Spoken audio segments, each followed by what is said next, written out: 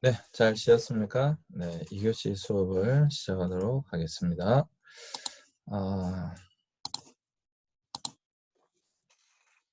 앞 시간에 가장 중요한 것이 사실 이 그림입니다. 봉건제도, 중세하면 봉건제도라고 하는 것 기억해 주시면 좋겠고요.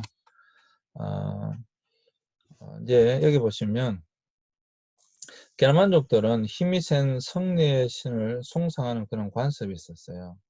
그래서 신은 자신들의 보호자라고 믿었습니다. 그래서 여러분, 이 중세 때 아주 굉장히 이제 특이한 점이 게르만족들은 기독교를 그냥 받아들였습니다. 왜냐하면 기독교를 믿으면 전쟁에서 승리할 수 있다고 생각했기 때문입니다. 그래서 게르만족들은 신과 인간 사이의 관계를 마치 영주와 기사의 관계처럼 생각을 했습니다. 그래서 신은 자신을 잘 돌보고 보호해줘야 하고 자신은 신의 명령에 절대 복종하는 관계라고 생각을 했습니다. 이래서 이제 기독교가 중세 때 엄청나게 이제 발전하게 되는 그런 계기가 됩니다. 하나님과 맺은 언약을 잘 지켜야 하는데 만일 그것을 지키지 않았을 때 깨어지면 물질적으로 정신적으로 보상을 해야 한다라고 하는 것이고, 여기서 대단히 중요한 하나의 사상이 나오는데 바로 고해성사라고 하는 것과 공로사상 혹은 공덕사상이라고 하는 것이 나오게 됩니다. 이것이 왜 중요하냐 하면 이 공덕사상이 이후에 면제부로 발전하게 됩니다. 중세하면 굉장히 중요한 사건들이 여러 가지가 있게 되는데, 이제 이 면제부 판매, 이 면제부 판매가 결국에는 종교개혁으로 이제 연결되어져야 되는 거거든요. 종교개혁의 배경이 이제 면제부 판매니까 이 사상의 배경이 어디서 나오느냐? 바로 이 공로사상. 이건 뒤에 제가 따로 너무도 중요하기 때문에 설명하게 될 겁니다. 이것 또한 중세 때 나온 사상이다 라고 하는 겁니다. 중세 때 이런 사상이 나왔고 이후에 면제부 판매까지 연결되어진다. 공덕사상 혹은 공로사상은 너무도 중요하기 때문에 다음에 다시 이 부분만 가지고 설명하도록 하겠습니다. 그리고 로마 교회는 교황은 베드로의 후계자라고 주장하고 사실 역사적 근거는 그렇게 뭐 강하지 않습니다. 거의 뭐 희박하지만 어쨌거나 교황 제도는 3세기 이후에 있었지만 중세 때 로마 교황권이 발전하게 되어진다라고 하는 것입니다. 2세기 중葉부터 로마 감독의 권한은 군주처럼 발전하게 되어지는데, 왜냐하면 이제 로마의 감독, 이제 지금 교황이잖아요. 그 베드로와 바울의 숨겨진 로마는 이제 성지로 인정을 받게 되어졌습니다. 그때 당시 또 로마가 세계 중심지였기 때문에 자연스럽게 로마 교회의 수장은 세계 교회들의 문제에 간섭하는 권한을 가지고 있었고요. 특별히 게르만족들이 로마를 침공할 때 로마의 황제는 굉장히 무능했던 반면에 로마 교회의 감독들은 그들과 평화 교섭을 맺고 교회 안으로 흡수하는 정치력을 발휘하게 됩니다. 그리고 세속 군주들로부터 교회의 재산과 성직 인명권을 보호하기 위해 교회들은 교황에게 권위를 집중시켜야 됩니다. 아까 이제 봉건제가 이런 제도였잖아요. 여기에 맞추어서 로마 교회 제도죠. 이런 식으로 이제 질서를 두게 되고 맨 위에 교황을 두게 됩니다. 당연히 좀 황제가 있겠죠. 그러니까 황제에 걸맞는 어떤 교황, 이렇게 해서 서로 이제 협상의 대상자가 되어졌다라고 하는 것이죠. 사실 지금도 여기 성당에 다니신 분들은 어떻게 생각할지 모르지만 로마 교황은 상당히 정치적입니다. 세계 최고의 정치가가 누구냐, 뭐 트럼프냐라고 생각할지 모르지만 사실 지금도 어떻게 보면 로마 교황은 엄청난 힘을 가지고 있죠. 정치적으로도. 어떻게 정치적으로 힘을 가지고 있는지 좀 이따 나오니까 보도록 하겠습니다. 로마 교회와 게르만족의 협력 사이에 이런 사건이 있었습니다. 5세기 말에 지금의 프랑스 지역에서 프랑코족이 통치했었는데 그 프랑스란 말이 프랑크족에서 나온 말입니다. 그래서 이제 이 프랑크족이 다스리는 프랑스 이 지역의 클로비스 왕은 권력을 안정시키고 고대 문화를 개성하기 위해서는 가톨릭 교회의 인정을 받아야 한다는 사실을 깨닫게 되어졌어요. 그래서 가톨릭의 공주와 결혼했고 498년에 세례를 받게 됩니다. 이 클로비스 왕의 계종은 프랑크족의 집단 계종을 가져오게 됩니다. 지금도 사실 프랑스는 여러분 종교개혁 이후에 유럽 사회에서 프랑스가 굉장히 많이 고민을 하게 됩니다. 종교개혁도 하겠지만 뭐 짱깔벤, 칼빈이 사실 프랑스 사람이잖아요. 그런데 프랑스는 끝까지 지금도 가톨릭 국가로 남아 있어요. 지금 유럽 사회를 보면 가톨릭 국가가 그렇게 많지 않습니다. 일단 로마가 있겠고 프랑스가 있겠고 스페인 뭐 이 정도거든요. 나머지는 다 개신교죠. 개신교가 더 많죠, 훨씬. 음. 그런데 하여튼 프랑크족은 이때 집단 개종을 하였습니다. 그래서 이제 게르만족과 로마 교회 사이에 일어난 최초의 협력이 바로 이 프랑크족의 집단 개종이 되겠습니다. 가톨릭을 받아들이지 않고 근거지 없이 이동했던 여러 게르만족들은 역사 속에서 소멸했는데 오히려 이 프랑크족은 확고한 근거지를 지켰고 가톨릭에 융화됨으로써 이 이후에 제국을 세우게 됩니다. 이게 바로 신성 로마 제국이 되겠습니다.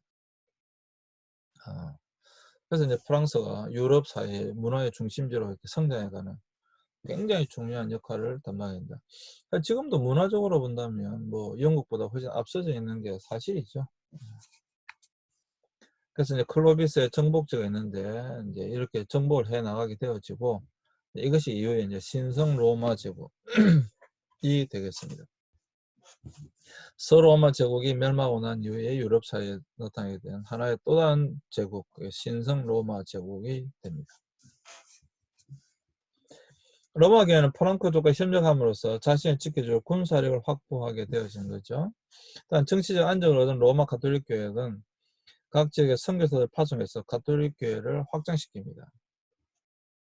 서로마를 지원했던 비잔티아는 로마 교회와 프랑크족의 협력 관계를 불쾌하게 여겼지만 어쨌거나 서방 교회와 비잔티아 관계 점점 더 멀어지게 됩니다. 이건 뭐 뒤에 나오지만 조금 미리 앞서서 한다면 결국 이게 서방교회가 비잔티 동방교회거든요. 근데 서방교회와 동방교회. 동방교회는 여러분들이 앞선 시간을 보셨으면 알겠지만 콘스탄틴 황제가 콘스탄티노플에다가 이제 수도를 옮기면서 콘스탄티노플을 중심으로 한 그 동쪽에 대해서 동방교회고요. 로마 가톨릭 교회는 로마를 중심으로 해서 서쪽에 대해서 서방교회입니다. 웨스턴 처치, 이스턴 처치예요. 예. 그래서 이제 이건 로마 가톨릭 교회가 되고 이건 동방 정교회가 되는 거죠. 이건 그냥 간단하게 넘어가겠습니다. 여기서 이제 중세하면 우리가 또 중세는 굉장히 중요한 사건이 많이 물론 천년이라고 하는 아주 긴 시간이 있었기 때문에 그런 것도 있지만 중세하면 굉장히 중요한 사건이 이제도 나타나게 되는데 중세에서 가장 중요한 사건은 바로 이슬람입니다. 이슬람죠. 그래서 이 게르만족의 이동이 끝나고 유럽이 점점 기독교화되던 7세기에 이슬람이 이제 일어나게 됩니다. 7세기 중엽에 아라비아 반도의 사막에서 메카라는 곳에서 우리는 마호메드로 배웠는데 좀 무하마드라고 하죠. 본래 무하마드가 이슬람교를 창시하게 됩니다. 이슬람 종교를 만들게 되어집니다. 그리고 이 이후로 지금까지도 네, 사실 기독교 세력과 이슬람 세력은 지금도 사실 계속 부딪히고 있는 것을 우리는 보고 있습니다. 이 이후로 지금까지 사실 이 문제는 해결되지 않았어요. 그리고 중세하면 따로 이제 배우게 되겠지만 십자군 전쟁이 이제 일어나게 되는 거죠. 이슬람 군대는 강력한 군사력과 신앙으로 무장하고 빠른 속도로 인근 지역을 정복해 갑니다. 그래서 이슬람 세력은 7세기에 이미 동쪽으로는 이집트와 북아프리카, 북쪽으로는 팔레스타인과 시리아를 장악합니다. 그 이슬람은 뭐 소아시아 지역을 정복했고 비잔틴 제국을 축소시켰고 결국엔 멸망시키죠. 또 지중해를 건너서 지금의 스페인까지 점령했어요. 그리고 중부 프랑스까지 쳐들어왔었는데 이때 이제 기독교 세력이 이슬람 세력을 막아내게 되고 유럽에서는 이슬람을 몰아내게 됩니다. 그러다 보니까 알렉산드리아 교회, 북아프리카 교회, 예루살렘 교회, 안디옥 교회, 바울이 개척했던 소아시아 교회들이 전부 이슬람 수종으로 들어가야 됩니다. 요한계시록 나온 7개 다 모두 다 이 모든 지역들이 다 이슬람의 수종으로 들어가게 되죠. 그래서 이슬람은 굉장히 빠른 속도로 팽창하게 되는데 중세 이슬람 선교의 특징이 이제 칼과 코란이라고 하죠. 이슬람이 아니면 죽음을 택한다는 뜻이지만 실제로 그렇게 하지는 않았어요. 이슬람 통치자들은 성경을 경전으로 지닌 유대교와 기독교에 대해서는 관용을 베풀고 개종을 강요하지는 않았지만 무슬림보다 많은 세금을 부과했고 사역 신분에 차별을 둡니다. 그러니까 어떻게 되겠습니까? 자연스럽게 이슬람교로 개종하게 되죠. 사실 죽이지 않았다는 거지. 죽이지 않았다는 거지. 굉장히 강한 거죠. 세금을 많이 부과하고 여러분 사회 신분에 차별을 두는데 끝까지 믿음을 지켜서 하는 사람이 뭐 얼마나 되겠어요. 사실 끝까지 지켜야 되지만 예. 사회 경제적인 측면에서 유목민 무슬림들이 농경 사회를 통치하기 위해서는 기독교 지식인들을 필요로 했습니다. 그래서 이슬람 지역에서 동방 정교의 순환을 겪었지만 멸망하지는 않다가 결국에는 물론 이제 멸망하게 되죠. 중세 때 그러지 않았다는 거지. 결국에는 사라지게 됩니다. 이슬람의 팽창은 기독교 세계는 11세기 동안 지리적으로는 남쪽과 동쪽을 이슬람에게 포위를 당하게 됩니다. 그리고 732년 이슬람 군대가 스페인에서 유럽을 진격할 당시 그때 프랑크족의 칼 마르텔은 지금의 프랑스 투르에서 이슬람 군대를 격파하고 유럽을 방어하게 됩니다. 또 교황이 다스리는 땅이 있게 되는데 751년 칼 마르텔의 아들 피핀이 프랑크족의 메르빙그 왕조를 무너뜨리고 카롤링그 왕조를 세웠는데 이때 정권을 탈취할 수 있었던 것이 로마 교황청의 승인하에 이루어지게 된 거예요. 그러다 보니까 이 피핀이 얻은 땅을 교황에게 주게 됩니다. 엄청난 규모의 땅을 교황에게 주게 되고 이 땅은 소위 말해서 교황이 다스리는 땅에서 교황령이 됩니다. 그런데 이 교황령은 누구에 의해서 축소되게 되냐면 나폴레옹에 의해서 오늘날의 그 이후엔 또 2차 세계대전 당시에 1차 세계대전 또 2차 세계대전 무솔린이 있던 당시에 점점 더 축소돼가지고 지금은 이제 바티칸 로마 시 안에 바티칸이라고 하는 조그마한 뭐 이게 돼 있지만 그때 당시에 엄청난 땅이 있었다. 이걸 축소시킨 사람이 바로 나폴레옹이다. 나폴레옹이 영웅이라고 하는 이유가 뭐 몇 가지 있는데 이것도 굉장히 중요한 요인이 되겠습니다.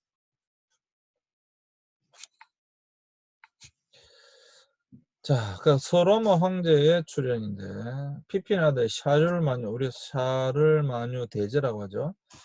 서로마 제국 멸망 이후 최초로 유럽 지역을 통일하게 되는데 지금의 스페인, 프랑스, 이태리, 독일, 동구 유럽을 다 합쳐 엄청난 영토를 다스리게 됩니다. 이것을 신성 로마 제국이라고 합니다.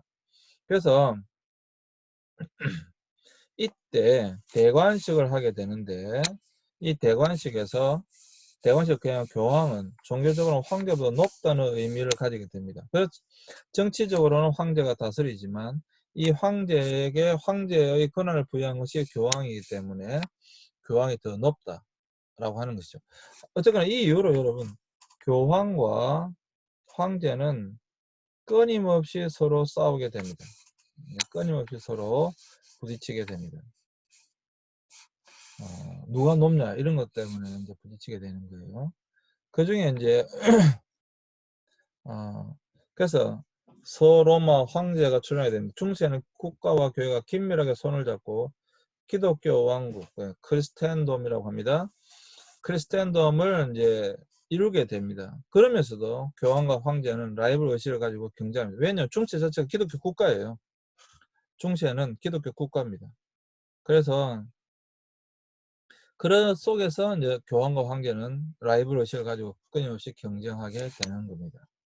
그러다가 이제 이것만 하고 마치려고 합니다. 오늘은 서임권 논쟁이 발생하게 됩니다. 이건 중요하기 때문에 자 이건 제가 좀 하겠습니다. 서임권 논쟁이 뭐냐면 서임권은 성직자를 임명하는 권한입니다. 여러분 잘 생각해보세요. 목사는 누가 세울 수 있을까요? 여러분 목사를 문재인 대통령이 세우나요? 국가에서 세우나요? 네, 그렇지 않죠. 목사는 목사만이 세울 수 있어요. 전통적으로 서임권은 감독의 권한이었어요. 당연한 거죠 사실. 그런데 교회의 재산과 정치력 정대에 관심을 가진 영주들이 정치 지도자들이 자신의 지역의 성직 임명에 간섭하기 시작합니다. 왜? 돈이 되니까. 한마디로 아주 심플한 거예요. 돈이 되니까 자기 지역의 영주를 세우는데 영주들이 성직자를 세우는데 그 성직자를 자신의 사람을 세워야 되겠다라고 간섭하기 시작합니다. 이 소위 말하는 서임권 논쟁이 발생하게 되는 겁니다. 누가 성직자를 세울 수 있는가? 그래서 이 정치 지도자들이 나의 지역에 있는 성직자는 내가 세우겠다. 이런 이제 나오기 시작한 겁니다. 그래서 이제 이것은 갈등이 생기기 시작하는 것이죠. 10세기 보면 신성 로마 제국의 황제였던 오토 1세가 영주대 권한을 축소시키기 위해 교회 감독들을 세속 영주로 임명하기 시작합니다. 그 감독들은 다른 영주들로부터 독립했지만 오직 황제에만 충성의 의무를 다해야 했던 것이지요. 이것을 황제교황주의라고 합니다. 이런 논쟁이 이제 계속되어지는 거예요. 교회는 영적 권력과 세속 권력을 다 가지게 되었지만 황제는 교권에 간섭할 수 있었다. 뭐 이런 거고. 근데 오토 1세가 죽은 후에 황제와 교황 사이에 서임권 문제로 이제 다툼이 일어났습니다. 이런 과정 중에 이제 수도원 다음 시간에 다시 할 거니까 자 이런 중에 한 가지만 하고 싶은데 아니 요거 말고 하나 더 있습니다. 요거 좀 하고요. 자 중세를 우리를 중세 암흑기라고 합니다. 중세 암흑기. 중세가 중세 암흑기라고 하는 가장 중요한 이유, 그러니까 중세 암흑기, 중세를 뭐라고 했다고요? 기독교 국가, 기독교 왕국이거든요. 기독교 왕국인데 오히려 이 기독교 왕국일 때 중세 교회가 더 타락하게 된 거예요. 그 배경이 첫 번째 성직매매, 성직자를 돈 주고 사고 파는 겁니다. 그리고 성직자들의 비밀 결혼과 축적, 본래 신부들은 결혼을 못하고 하잖아요. 근데 다 결혼할 뿐만 아니라 첩도 두고 있었다 이 말이에요. 그리고 평신도 군주들이 성직자를 임명하는 겁니다.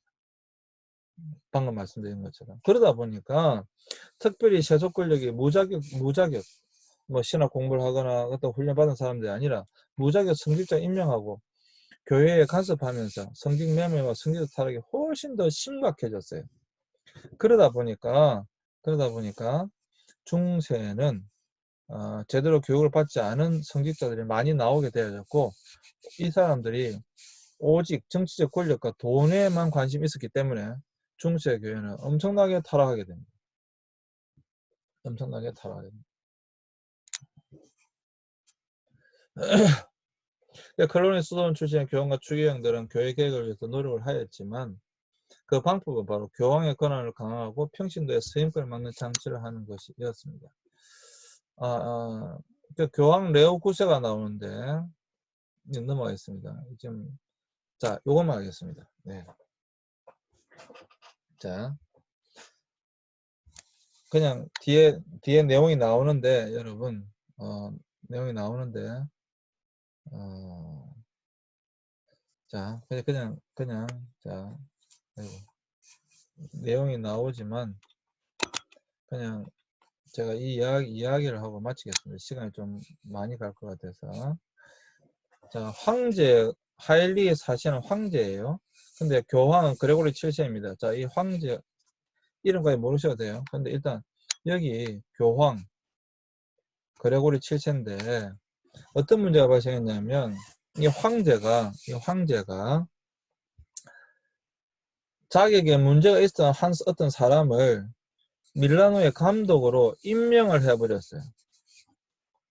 누가? 황제가. 근데 감독의 임명권 누구한테 있는 겁니까? 당연히 교황에게 있어야 되는 거죠. 교황에게 있는 건데 내가 황제니까 황제가 그냥 감독을 임명해버린 겁니다. 그것도 문제가 있는 사람은. 그러니까 이 교황이 볼 때는 이 황제가 도대체 말이 안 되는 거죠. 아니 성직자를 임명하는 것은 교황의 권한이지 황제의 권한이 아니다 라고 생각했던 거죠. 거기다가 이 사람 안 그래도 그런데 문제까지 있는 사람이니까 당연히 교황이 화가 났겠죠. 근데 황제는 무슨 말이냐, 내가 내 지역에 감독을 임명하는데 아무리 교황이라지만 내 마음이다 이렇게 이제 이야기를 한 거예요. 그러면 교황이 할 수 있는 건 뭘까요? 교황이 할 수 있는 거는 아무것도 없죠. 그런데 이 교황이 어떻게 했냐면 이 황제를 파문해 버립니다. 예, 지금도 로마 가톨릭 교회에서 가장 강력한 징계가 뭐냐면 파문이에요. 파문이 뭐냐? 너는 더 이상 로마 가톨릭의 성도가 아니다라고 하는 거예요. 그게 이제 파문입니다. 그러니까 이 황제를 너는 이제 더 이상 로마 가톨릭 성도가 아니다라고 파문시켜 버렸어요. 그러면 여러분 같으면 어이구 내가 로마 가톨릭 교회 아이든 뭔 상관 있어 이렇게 웃을 수 있을지 모르나 이 황제가 크게 오판했던 것입니다. 크게 오판했던 것입니다. 왜? 교황이 황제를 파문해 버리니까 이 사람은 이제 가톨릭의 성도가 아닙니다. 가톨릭의 성도가 아니에요. 그러면 이 황제가 다스린 지역에서는 뭐가 이루어지지 않느냐면 성례전이 이루어질 수 없습니다. 성례전이 이루어질 수 없어요. 그러니까 미사가 이루어질 수 없으면, 예배가 이루어질 수 없으면 어떤 문제가 발생하느냐? 어떤 문제가 발생하겠어요, 여러분? 이게 수업 시간에 이렇게 토론하고 질문하고 하면 재밌는데 어떤 문제가 발생하느냐? 황제는 어떨지 모르겠지만 이 지역에 사는, 이 제국 안에 사는 모든, 이게 기독교 국가라고 그랬잖아요, 중세가. 모든 일반 백성들, 성도들, 그러니까 백성들이 구원을 받을 수 있는, 성례전이 이루어지지 않으면 구원을 못 받는 것이기 때문에 로마 가톨릭교에서는요, 개신교는 다릅니다. 네. 구원을 못 받기 때문에 이 백성들이 다 들어가는 겁니다. 백성들이 구원을 못 받으니까. 그래서 이 황제에게 가가지고 우리에게 예배를 드릴 수 있도록 성례전을 치를 수 있도록 해달라고 요청을 하는 거예요. 그런데 황제가 파문을 당했기 때문에 황제가 다스리는 지역에서는 성례전을 진행할 수 없으니까, 이루어지지 않으니까 백성들은 당연히 불안할 수밖에 없고, 불안을 넘어서서 분노할 수밖에 없고, 왜? 자기가 구원을 못 받으니까, 신의 은총을 못 받으니까 황제의 굉장한 정도가 아니고 하여튼 압력이 되어졌던 겁니다. 그래서 이 황제가 교황에 가서 빌게 됩니다. 그때 마침 이 교황이 카노사라는 지역에, 카노사 성에 있었어요. 한겨울이었습니다. 근데 이 황제가 교황에 가가지고 3일 동안, 그것도 눈이 내리는데, 3일 동안 눈이 내리는데 교황이 만나주지도 않았습니다. 왜? 파문됐으니까. 너는 끝이야, 파문이야 이러니까 만나주지도 않았는데 이 황제가 그 눈이 오는 그 속에서 맨발로 3일을 빌었습니다. 그렇게 3일이 지나고 나서야 교황이 문을 열어줬고 이 파문을 철회했습니다. 이것이 그 유명한 카노사의 굴욕입니다. 굉장히 유명한 사건 중에 하나입니다. 카노사의 굴욕. 왜 이것이 발생했느냐?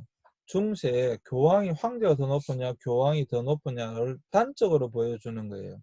여러분 지금 여러분 생각해 보세요. 지금 여러분 생각에 우리나라에 영향을 끼친 그 사람 중에 로마 교황청에 지금 프란치스코 교황이 더 힘이 세겠습니까? 문재인 대통령이 더 힘이 세겠습니까? 여러분은 당연히 우리나라니까 문재인 대통령이 더 세지요. 아니 미국을 해볼까요? 미국에 트럼프가 더 힘이 세겠습니까? 프란치스코 교황이 더 힘이 세겠습니까? 여러분 당연히 트럼프가 더 세죠. 라고 생각하겠죠. 천만에요. 천만에요. 예. 그렇게 생각하시면 여러분 교황은 너무 우습게 보는 겁니다. 훨씬 더 강력합니다. 그게 사실 신앙의 힘입니다. 여러분. 지금 우리나라에 그 로마 가톨릭교 성도가 약 한 300만 명에 400만 명 정도 되는데 우리 인구의 한 10%밖에 안 되지만 여러분 그거는 절대적이에요. 음. 지금도 여러분 사실 세계 지구에서 가장 많은 성도 수를 자라는 게 이제 로마 가톨릭 교회거든요. 개신교보다 로마 가톨릭이 더 많아요, 성도 수가. 로마 가톨릭 교회인데 그 교황의 말 한마디가 정말 어느 정도의 영향을 갖고 있는지는 여러분 정말 엄청난 겁니다. 사실 세계에 가장 영향이 있는 지도자는 사실 프란치스코 교황이에요. 그때 당시에 황제와 교황의 이런 싸움, 힘의 싸움, 교황의 승리로 끝났다. 그 이후로 어느 누구도 교황의 권위에 도전하는 사람이 있을 리가 없겠죠. 이것을 뭐라고 하느냐, 카누사의 굴욕. 누가 감독의 임명을 가지고 있느냐라고 하는 이 서임권 논쟁을 통하여서 중세에 누구에게 힘이 더 강했는가를 보여주는 아주 단적인 사건이다 라고 하는 것입니다.